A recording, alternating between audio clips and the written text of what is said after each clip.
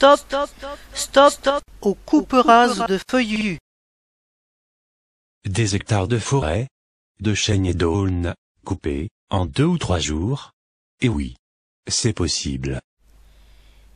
Après Pompéjac, Préchac, Villandreau, Oros,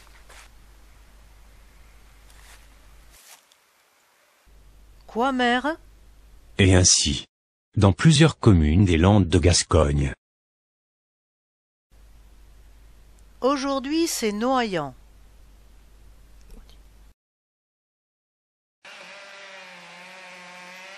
Ces chênes qu'on abat.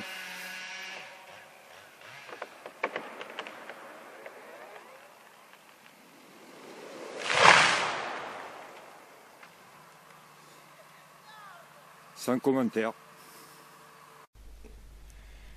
Le principe de la coupe rase était réservé aux forêts de pins maritimes avec une durée de vie de 50 ans.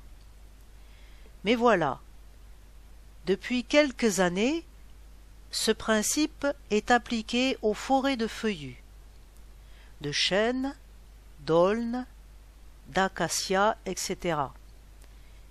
Ainsi qu'aux forêts mélangées, où les pins maritimes se trouvaient protégés des incendies par des îlots de chênes, le tout croissant selon le principe de la régénération naturelle et ou contrôlé par des spécialistes bienveillants. La base de mon travail, c'est ne pas faire de coupe rase, se servir de ce que la nature fait depuis la nuit des temps, c'est-à-dire la régénération naturelle et sa faculté de résilience et de possibilité de croître sans nos interventions. Alors, pourquoi raser toutes ces forêts naturelles? Par quels arbres seront-elles replantées? Ce que l'on ne vous dira jamais, c'est que, toute forêt de feuillus, ou forêt mélangée, sera remplacée par une plantation alignée de pins maritimes, tel un champ de poireaux. Et tout ça pour finir ainsi.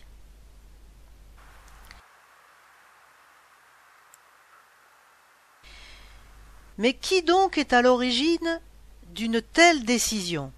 Est-ce que ce sont les propriétaires privés que l'on sait majoritaires dans la forêt de nos régions?